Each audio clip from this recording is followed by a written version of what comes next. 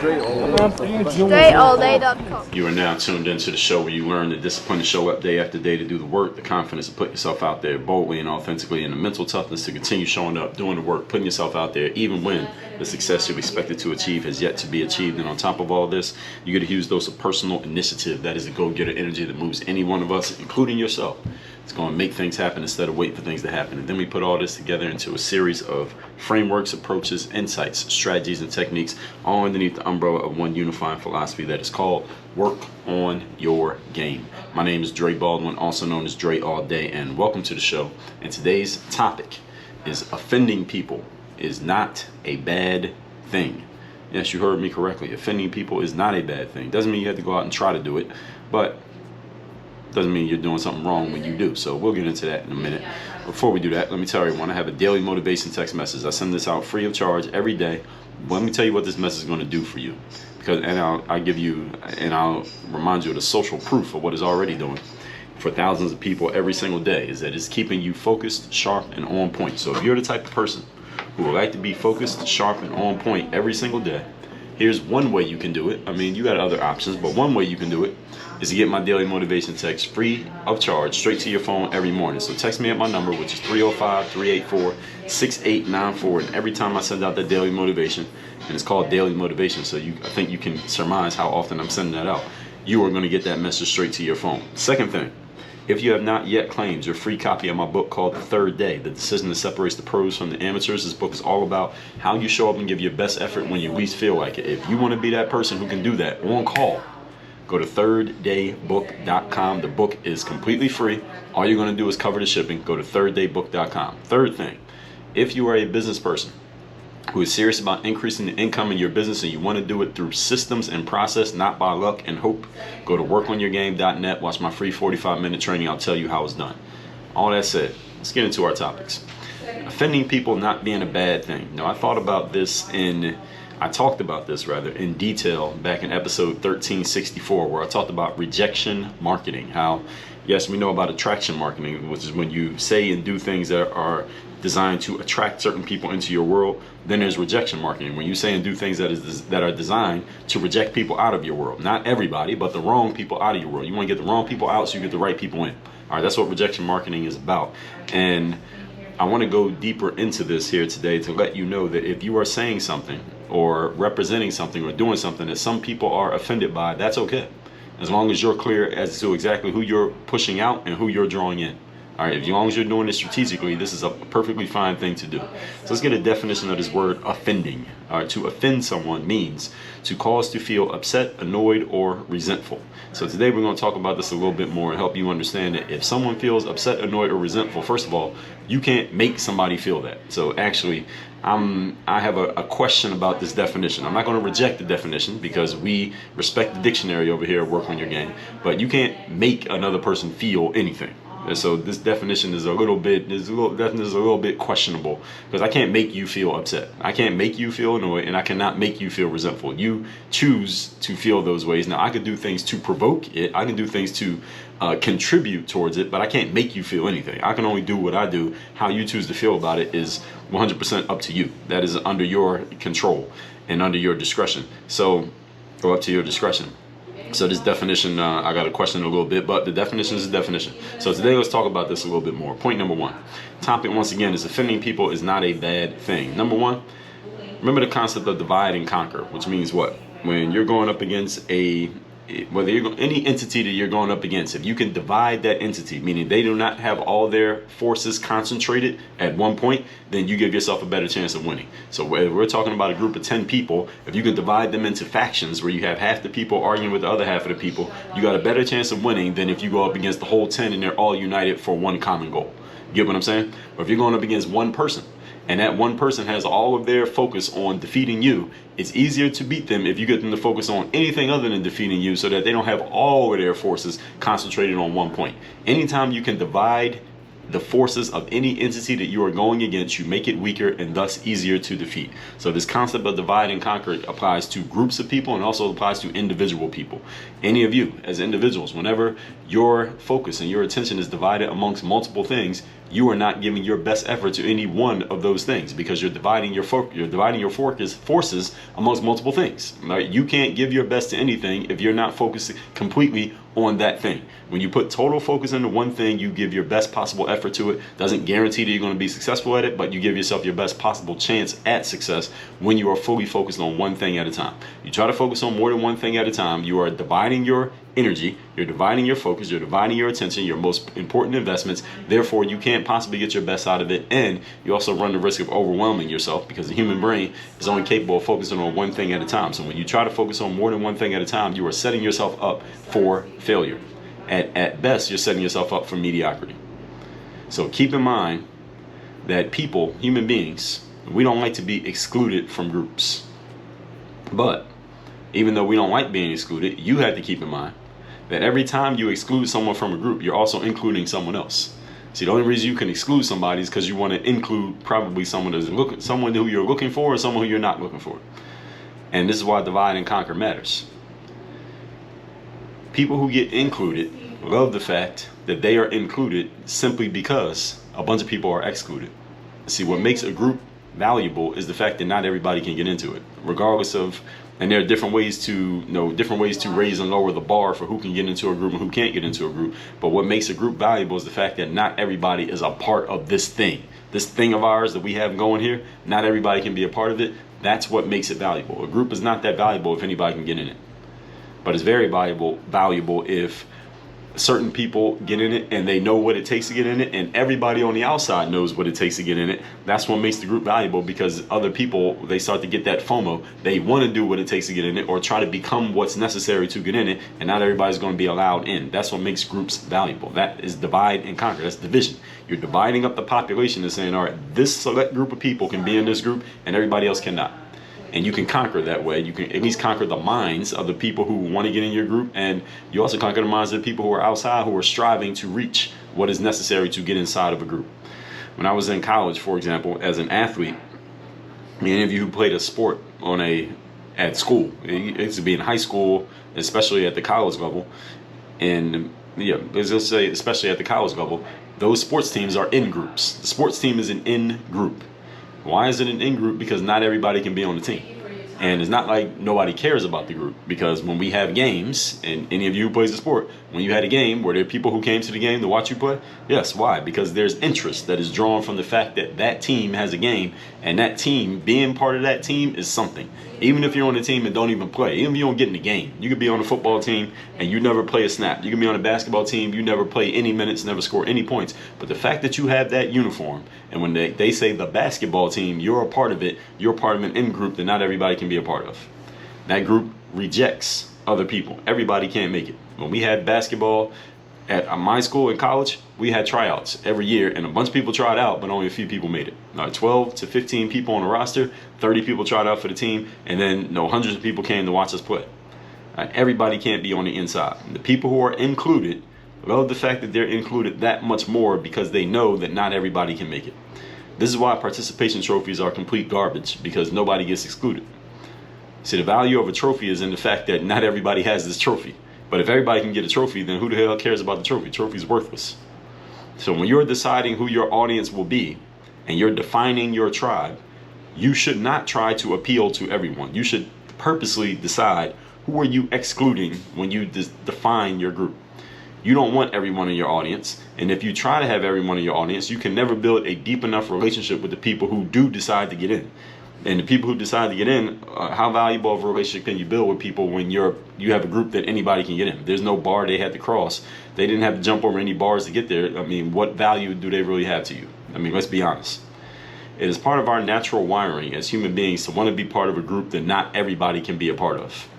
This is the us versus them dynamic. It is a real thing, and you should be using this in your marketing and in building your audience. When you're building your relationship, and you want to build a deep one with a certain group of people, you need to clearly define who is in the group, who is not in the group. If you have a group that's only for women, for example, or a group that's only for men, that is a clear division. Do you say that your group is only for people who are, maybe you say your group is only for people who are actively practicing a certain religion, or your group is only for people who are married, or people who are above a certain age, or people who are from a certain location. Those are clear divisions. They matter because they work, which means you should have them. Any group that you're building, make it clear who this is for and who it is not for. And it can be things that are demographic and objectively measurable, and it can be other things like mentality, mindset, approach, way of thinking, all of those things. But you want to make clear divisions, and it doesn't mind if you offend some of the people who are being excluded because they're not part of the group anyway. Point number 2. Today's topic, once again, is offending people is not a bad thing. Number 2, make people choose a side. Don't let people play defense when it comes to building your audience. Sometimes your group is not decided based on, as I said, objective black and white things like age, marital status, or where somebody is from. Those are things that you can see on the surface and you can pretty much black and white observe them. Sometimes your group is defined by things that people have a choice amongst. Like they can choose to do this or not do it. Like most of what I do here on this show is not based on, I don't say the show is you got to be this height, or you got to be a basketball player, or you have to be a business owner, or you got to be a male or a female, or you got to be from this neighborhood. I don't say that. My stuff is things that all of you have choices. Everything that I talk about on this show when it comes to who I'm talking to, there's a choice that any individual can make or can choose not to. So theoretically, anybody could be part of the in group at Work on Your Game. Anyone could be.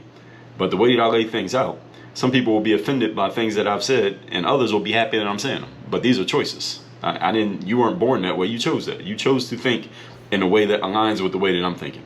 So I'm making people choose a side. And again, key word there is choose a side. So when I say things like victims are not allowed here, or we don't accept excuses, and participation trophies are garbage, that boys cannot decide that they're girls and girls cannot decide that they are boys, and that everybody has a right to, and that everyone has a right to share whatever they want, even if I think they're complete idiots for having the opinion that they have, but they have a right to say it if they want to. In America, it was the land of free speech. What am I doing when I say those things? I'm drawing clear lines in the sand and let you know where I stand. And since Work on Your Game is me, where I stand matters. And I'm drawing a line of who's in and who's out. And if anything that I just said offends you, this ain't for you. And you can find your way to the nearest exit. I'm letting everybody know clearly. Those are choices though, because somebody could change their mind. Like somebody could think one way about these things that I just said today, but they could change their mind next week and decide they want to be part of this in group, or they could decide that they're in now and decide they're not in tomorrow. They got a choice, but I'm making the lines clear what it is. So drawing those clear lines in the sand lets people decide whether they're in or they're out. And if people disagree with the things that I've said, then they'll probably be out. And I'm okay with that, because what I just told you on point number 1, I'm okay with excluding some people, even if they happen to be offended in the process of being excluded, because what do I care? I'm not in the business of pleasing people. I'm not in the pleasing people business. I'm in the conversion business. I'm in the making money business. I'm in the results business. I'm in the performance business. And I would guess that most of you who are listening to this, who are still listening after what I just laid out, those are the businesses that you are in as well. So I'm not worried about somebody who's not in one of those businesses, because we're not on the same page anyway. We're not even trying to get to the same place. So when you think about you building your audience, any of you who is an audience builder or in the process of building an audience, you need to think about what are the traits of the people who you want in your world, and what are the traits of the people who you don't want in your world. And you should get really specific and clear about what these are, to the point that you can lay them out, that you could speak them out loud, that you can put them down on paper, so that everybody knows what is accepted around here and what's not. Because if people don't know, then you have confusion, and when people are confused, they usually don't take action. So if you want to move people to action, you have to make it clear exactly what's going on and what's not going on. Moving on to point number 3. Today's topic, once again, is offending people is not a bad thing. Most people, and this is especially important for those of you who are audience building,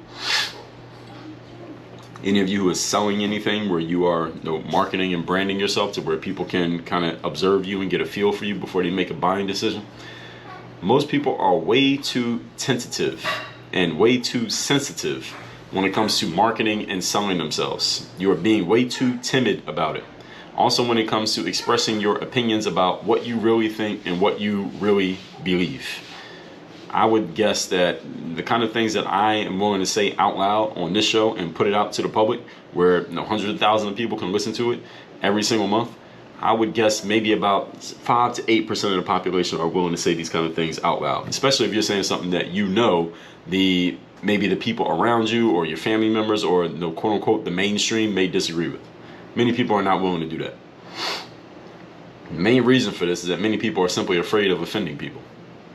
Not because you don't have the opinion that you have. It's not because you don't have real reasons to stand on it. It's because many people are simply afraid of offending someone else. And they don't want to deal with whatever may happen if you do offend another person. And listen, I 100% get it. But that's one of my reasons for existing in this marketplace is that you won't say it out loud, I'll say it out loud. All right, so you just listen to my show and share it out to other people when it comes out. If you can do that, then we're good. What usually happens is as people get older and become less concerned about pissing people off, they usually remove their filters, or something happens that causes people to stop caring so much about other people's feelings, and they become more open about their feelings and more open about their own opinions because they're not as worried about other people's opinions. Or the other option is neither one happens, and people spend their entire lives never actually expressing who they truly are, what they really think, and they just take all their opinions with them to the grave. Regardless, in actuality, our fears of how other people will respond to what we think, say, and do are largely exaggerated compared to what actually happens. All the things that you're concerned with, what might happen, how somebody might react, what somebody might say, if you were to put your real opinion out on topic X, Y, or Z, usually we exaggerate what other people's reactions will be compared to what their actual reactions are.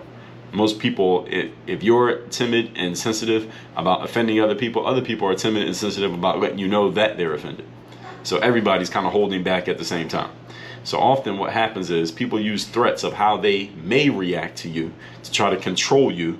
But when they realize that their threats don't work, then they back down and let you be who you want to be and do what you want to do.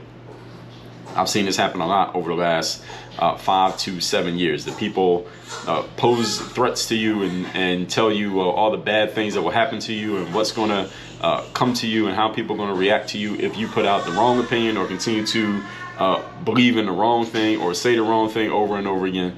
And when people see that works to shut you up, they'll just keep using it. They will use fear against you to hold you back from being who you want to be or saying what you want to say. But on the other hand, if you show them that will not work and you can't be controlled by fear, then they stop trying to use it against you. All right? People only use weapons against you when they know the weapons work. When it's clear that the weapon doesn't work, they stop using the weapon because it's ineffective. All right, human beings respond to incentives, folks. So if someone knows that they can scare you out of your life, they will keep scaring you out of your life. But when they see that they can't scare you out of your life, they leave you alone. And they come up with another way to maybe dismiss or ignore or not pay attention to you, but they're not going to keep trying to scare you if they realize that their scare tactics are ineffective. Because human beings, any human being who has control of their mental faculties responds to incentives. And if they're doing something that has no effect, they stop doing it. Threats usually work with people because many people live their lives controlled by the fear and anxiety over what might happen to them. And most of the stuff that you're afraid or anxious about happening to you never actually happens. With that said, let's recap today's class, which is offending people is not a bad thing. I talked about rejection marketing in episode 1364. So let's talk about why offending people is not necessarily bad, especially when you are audience building. Number one, the concept of divide and conquer. The value of a group is in the fact that not everybody can be in a group. So when you build your group, you should make it clear what it takes to be part of the group and also what is not allowed in this group, so that the people who come in, this is for the people who are in the group, is so that they understand that this group is valuable. What makes a group valuable is the fact that not everybody can be a part of it. This is why participation trophies are a complete waste of metal and plastic. They're probably made of plastic because they're so garbage. Nobody should put any real money into building one. This is why participation trophies are a waste of plastic, because nobody's excluded from getting a participation trophy. So who the hell wants it? Nobody. This is the us versus them dynamic. People like being part of something that not everybody's a part of. Number two, make people choose a side. Sometimes your group is not based on objective measurements, they're based on choices that people make. So make it clear what choices you're talking about. So when you say something like, no victims allowed, no excuses allowed, no participation trophies, a boy can't be a girl, well, you're telling people these are choices. These are choices that we have made as far as this group goes. And if you want to be part of this group, you need to make the same choices that we make. And if you don't make those choices, that's okay, but you can't be part of this group. And you need to be okay with some people being offended and some people being excluded from your group based on choices that they get to make on their own. Because again, your marketing of pushing people away is also marketing to the people who are coming in. All right, they want to know they are somewhere that not everybody can be, and for specific reasons. And number 3, most people are way too tentative and too sensitive when it comes to marketing and selling themselves, and when it comes to expressing their opinions. And it causes you to never build a deep enough relationship with the people who are on the same page as you, because you're so concerned with the people who are not. Understand, I don't know what business you consider yourself to be in, but I would guess if you're listening to this show, you're in a performance and a results business. And performance and results are based on you serving the people who want to be served by you. So the people who don't want to be served by you, these are probably the same people who will be offended by you or don't agree with you or don't like your opinions. Who the hell cares what they think? They can't help you perform and they can't help you produce results. So why are you concerned about their opinions? That's a good question for some of you to sit with and marinate on for the rest of the day today. And understand, if you sit around too concerned with what the people who are not even in your world think, then you're never giving your full attention and never really giving the people who are in your world what they need. They never hear you say what you need to say to let them know that, hey, this is the place for you. They're going to go somewhere where they can get that deep connection, but someone who actually has the courage to say it all out. So if you're going to be that person, be that person. All that said, text me to get my daily motivation message free of charge every day. My number 305-384-6894. And those of you interested in increasing your income in business through systems and process and getting it done directly and clearly and measurably and objectively, go to workonyourgame.net. Watch my free training. It's 45 minutes at the end. I'll give you a link to where you can schedule a call to talk with me directly about implementing this into your business. Workonyourgame.net is the name of that link. Work on your game. Dre all